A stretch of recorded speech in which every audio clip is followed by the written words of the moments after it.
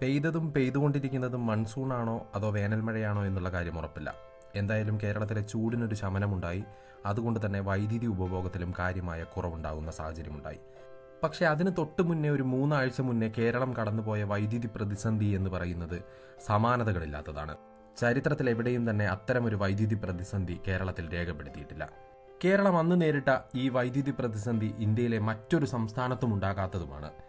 ആവശ്യത്തിന് നദീജലവും ജലവൈദ്യുത പദ്ധതികളുമുള്ള കേരളം സ്വന്തമായി ഉൽപ്പാദിപ്പിക്കുന്നത് ആവശ്യമുള്ളതിന്റെ വെറും 20% താഴെ മാത്രം വൈദ്യുതിയാണ്.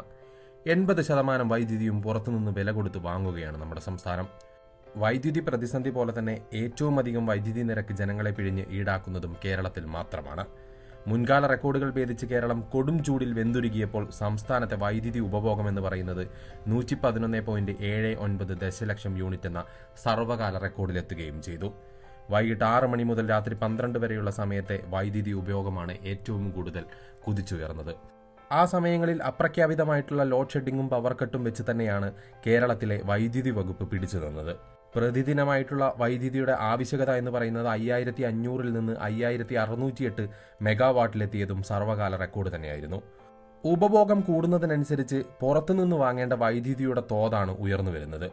കേരളം ജലസമ്പുഷ്ടമാണെങ്കിലും ജലവൈദ്യുത പദ്ധതികളിൽ നിന്ന് കഴിഞ്ഞ 25 വർഷത്തിനിടെ ഒരു യൂണിറ്റ് വൈദ്യുതി പോലും സംസ്ഥാനത്ത് പുതിയതായിട്ട് ഉൽപ്പാദിപ്പിച്ചിട്ടില്ല.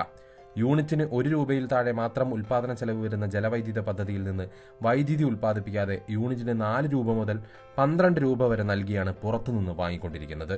ഇത്രയേറെ പ്രതിസന്ധി നിലനിൽക്കുമ്പോഴാണ് ഉപഭോക്താക്കളോട് വൈദ്യുതി ബോർഡ് വൈദ്യുതി ഉപഭോഗത്തിൽ നിയന്ത്രണം പാലിക്കണമെന്ന് ഉപദേശിക്കുന്നത്.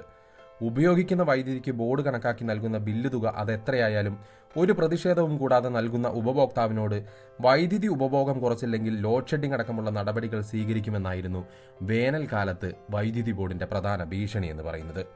ഇന്ത്യയിൽ മറ്റൊരു സംസ്ഥാനത്തും വൈദ്യുതി ക്ഷാമമോ ലോഡ് ഷെഡിംഗ് പോലെയുള്ള നിയന്ത്രണമോ ഇല്ലാതിരിക്കെ കേരളത്തിലെ ഉപഭോക്താക്കളോടാണ് അവർ ചോദിക്കുന്ന തുക കൊടുത്തിട്ടും നിയന്ത്രണങ്ങൾക്ക് വിധേയരാകാൻ ബോർഡ് അധികൃതർ ഉപദേശിക്കുന്നത്.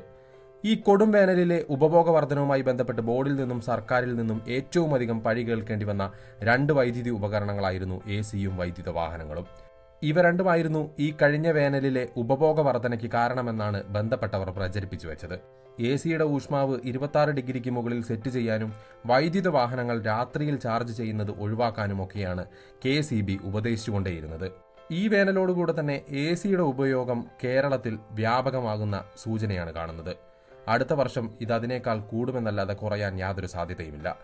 ഇലക്ട്രിക് വാഹനങ്ങളുടെ കാര്യത്തിലാണെങ്കിലും സംഭവിക്കാൻ പോകുന്നത് ഇതുതന്നെയാണ്. ഭാവിയിൽ ഇവയുടെ ഒന്നും തന്നെ എണ്ണം കുറയാൻ പോകുന്നില്ല, കൂടുക തന്നെ ചെയ്യും. അവിടെയാണ് ഇതിനെക്കുറിച്ച് മുൻകൂട്ടി കാണാനുള്ള ബോർഡിന്റെ ആസൂത്രണമില്ലായ്മയും നിരുത്തരവാദിത്വവും പ്രകടമാകുന്നത്. സ്വന്തം കഴിവുകേടിന് ഉപഭോക്താക്കളെ പഴിക്കുന്ന വിഡ്ഢിത്തമാണ് KEB ചെയ്തുകൊണ്ടിരിക്കുന്നത്. രാജ്യത്താകെ വൈദ്യുതി നിരക്ക് ഏകീകരിക്കാനുള്ള നീക്കത്തിന്റെ ഭാഗമായി 2003 പാർലമെന്റ് പാസാക്കിയ വൈദ്യുതി ഭേദഗതി നിയമം നടപ്പാക്കാത്ത ഏക സംസ്ഥാനമാണ് കേരളം. സംസ്ഥാനം സാമ്പത്തികമായി കുത്തുപാളയെടുത്തതിന് സമാനമാണ് കേന്ദ്രവിരുദ്ധതയുടെ പേരിൽ വൈദ്യുതി ഭേദഗതി നിയമം നടപ്പാക്കാത്തതും.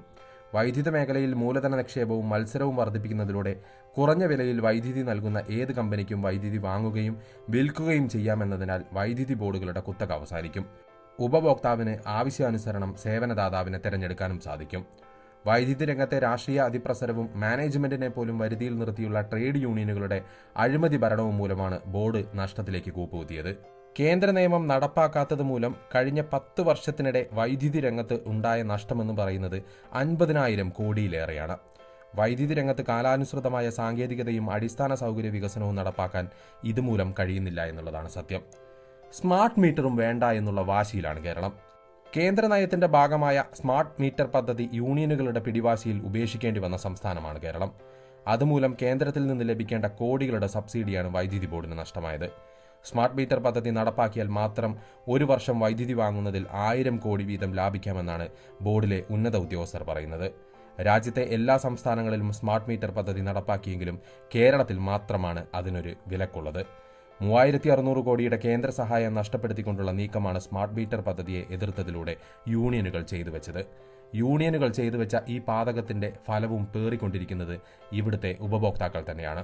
കാരണം ആ നഷ്ടവും നികത്താൻ ഉപഭോക്താക്കളെ പിഴിയുകയല്ലാതെ KEBക്ക് മറ്റു മാർഗങ്ങളില്ല. വൈദ്യുതി ഉപഭോഗത്തിന്റെ 150-ലധികം വ്യത്യസ്ത സ്വഭാവ സവിശേഷതകൾ മനുഷ്യ ഇടപെടലില്ലാതെ വൈദ്യുത ബോർഡിന്റെ സെർവറിൽ എത്തിക്കുന്ന ഒരു പദ്ധതിയായിരുന്നു സ്മാർട്ട് മീറ്റർ പദ്ധതി. പ്രീപെയ്ഡ് സംവിധാനം വരുന്നതോടെ വൈദ്യുതി ഉപഭോഗം ഉപഭോക്താക്കൾക്ക് തന്നെ നിരീക്ഷിക്കാനാവും. ഓഫീസിലിരുന്ന് തന്നെ വൈദ്യുതി വിച്ഛേദിക്കാനും അതുപോലെ തന്നെ പുനഃസ്ഥാപിക്കാനും എത്ര വൈദ്യുതി ഉപയോഗിച്ചുവെന്ന് കണക്കാക്കാനും ബോർഡ് അധികൃതർക്കും കഴിയുമായിരുന്നു. ഇപ്പോൾ വൈദ്യുതി ഉപയോഗിച്ച് ഒരു മാസം കഴിയുമ്പോഴാണ് ബോർഡിന് പണം ലഭിക്കുന്നത്. പ്രീപെയ്ഡ് സ്മാർട്ട് മീറ്റർ വന്നാൽ പണം അഡ്വാൻസായി ലഭിക്കും. ഉപയോഗിക്കുന്ന സമയത്തിനനുസരിച്ച് വ്യത്യസ്ത നിരക്കും നിലവിൽ വരും. അതിനാൽ വൈദ്യുതിയിൽ സ്വയം നിയന്ത്രണം ഏർപ്പെടുത്താനും നിരക്ക് കൂടിയ സമയത്ത് ഉപഭോക്താവിന് വേണമെങ്കിൽ ഉപയോഗം കുറയ്ക്കാനും സാധിക്കും. സംസ്ഥാനത്ത് ആദ്യഘട്ടത്തിൽ 37 ലക്ഷം സ്മാർട്ട് വൈദ്യുതി മീറ്റർ സ്ഥാപിക്കാൻ തീരുമാനിച്ചിരുന്നുവെങ്കിലും പദ്ധതിയെ സ്വകാര്യവൽക്കരണമായി വ്യാഖ്യാനിച്ച് ഇവിടെ അത് അനുവദിക്കുകയില്ലെന്ന നിലപാടാണ് യൂണിയനുകൾ സ്വീകരിച്ചത്. സ്മാർട്ട് മീറ്ററുകൾ നടപ്പായാൽ പ്രീപെയ്ഡ് സംവിധാനം നിലവിൽ വരും. അതോടുകൂടെ മീറ്റർ റീഡർ, ബില്ലിംഗ് സെക്ഷൻ തസ്തികകളിലെ ജീവനക്കാർ ഇല്ലാതാകുമെന്നാണ് യൂണിയനുകൾ ഉന്നയിക്കുന്ന വാദം. സ്മാർട്ട് മീറ്റർ പദ്ധതി നടപ്പാക്കാൻ കേന്ദ്രം 15% ഗ്രാന്റും അടിസ്ഥാന വികസനത്തിന് 60% ഗ്രാന്റും നൽകും. സ്മാർട്ട് മീറ്റർ പദ്ധതി നടപ്പാക്കിയില്ല എങ്കിൽ കേന്ദ്രത്തിന്റെ ഗ്രാന്റ് ലഭിക്കുകയുമില്ല.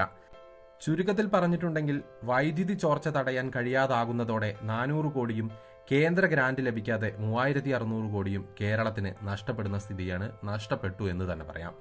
അഴിമതിയും ധൂർത്തും ആസൂത്രണമില്ലായ്മയും തൊഴിലാളി സംഘടനകളുടെ ധാർഷ്ട്യവും കൊണ്ട് ഉപഭോക്താക്കളെ ചൂഷണം ചെയ്യുന്ന ഒരു സർക്കാർ സ്ഥാപനമായി KSEB മാറിക്കഴിഞ്ഞു.